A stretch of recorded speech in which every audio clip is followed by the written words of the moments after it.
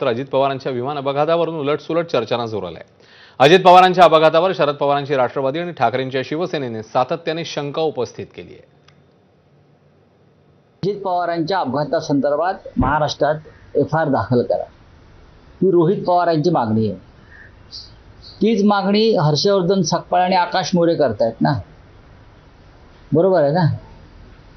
आणि स्वतः मुख्यमंत्री म्हणतात की अजित पवार यांच्या अपघातासंदर्भातलं सत्य खणून काढू। खरं म्हणजे ही मागणी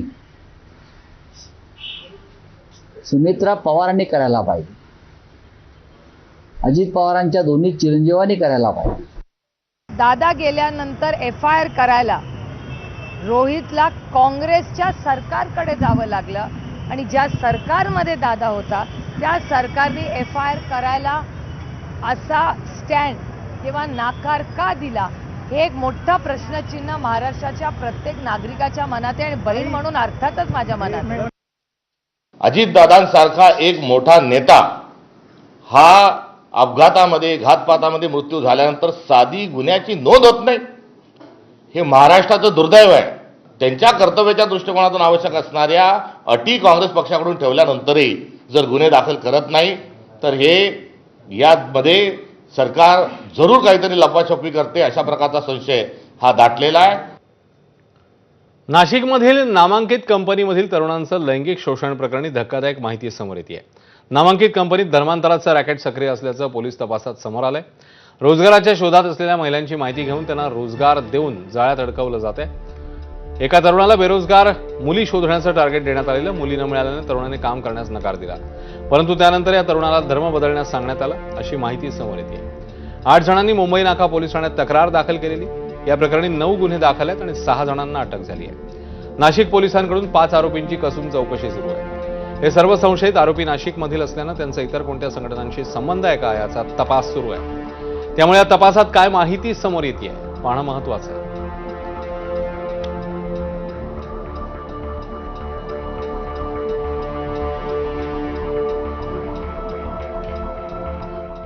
तर नाशिकच्या बहुराष्ट्रीय कंपनीत तरुणींवर झालेल्या अत्याचाराच्या वेळी त्यांना कसं जाळ्यात ओढलं जायचं ते पाहूया। नोकरीच्या शोधातल्या तरुणी या टार्गेटवर असत।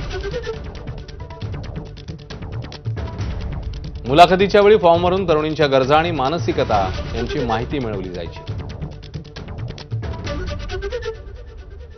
जास्त पगार, सुट्टी, ओव्हरटाईम, प्रमोशन अशा प्रलोभनांनी या तरुणींना जाळ्यात ओढलं जात होतं। कॅफे, हॉटेल किंवा पिकनिकच्या बहाण्याने जवळीक केली जायची। मैत्री वाढल्यानंतर लग्नाची इच्छा व्यक्त करत संबंध ठेवले जायचे। तरुणी जाळ्यात अडकल्यावर लैंगिक शोषण सुरू करण्यात आलं। एका गुन्ह्यामध्ये पीडित तरुणीचे फोटो, व्हिडिओ व्हायरल करण्याची धमकी देण्यात आलेली। आरोपीच्या मित्रांनीही तिच्यावर अत्याचार केले। धर्मांतरासाठी शारीरिक मानसिक छळही करण्यात आला।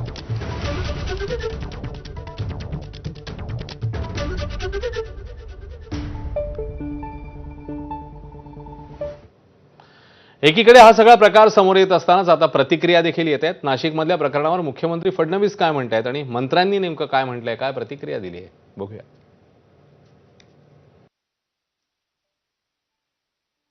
नाशिकमध्ये घडलेली घटना, ज्याला कॉर्पोरेट जिहाद म्हणून म्हटलं गेलेलं आहे, त्यासाठी पहिलं तर नाशिक पोलिसांचं, एसपींचं आणि त्याच्याही पेक्षा राज्याचे मुख्यमंत्री आदरणीय देवेंद्र फडणवीस साहेबांचं मी मनापासून आभार मानेन। आमच्या बहिणींना जो न्याय मिळवून दिला, हे जे काही लँड जिहाद, लव्ह जिहाद आणि आता कॉर्पोरेट जिहाद हे जे काही करतात, त्या बाबतीमध्ये समाजाने खरंच विचार करायला पाहिजे। पहिले जे आपण पाहत होतो की हे प्रकरण मुलीला छेडछाड पर्यंतच मर्यादित आहे का, परंतु नंतर असं लक्षात आलं की ह्या मुलींना छेडछाड ही एका दिवसाची नाही तर अनेक महिन्यापासून, वर्षापासून हे चालू होतं। आणि हे प्रकरण एका मुलीबरोबर नव्हतं, तर अनेक मुली यात गुंतलेल्या होत्या। आणि त्यांना नंतर त्यांच्याशी लग्न करणे किंवा त्यांचं धर्मांतर करणे हा सुद्धा एक त्यांचा प्रयत्न होता.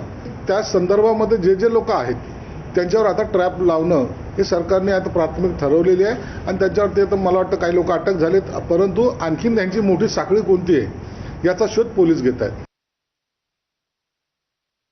हे अतिशय गंभीर प्रकरण आहे. पोलिसांनी हे उघडकीस आणलेलं आहे आणि या अशा प्रकारच्या एका टेक्नॉलॉजी कंपनीमध्ये ज्या प्रकारे त्यांनी दबाव आणून आणि धर्मांतरण आणि लैंगिक शोषण केलं हे फारच धक्कादायक आहे.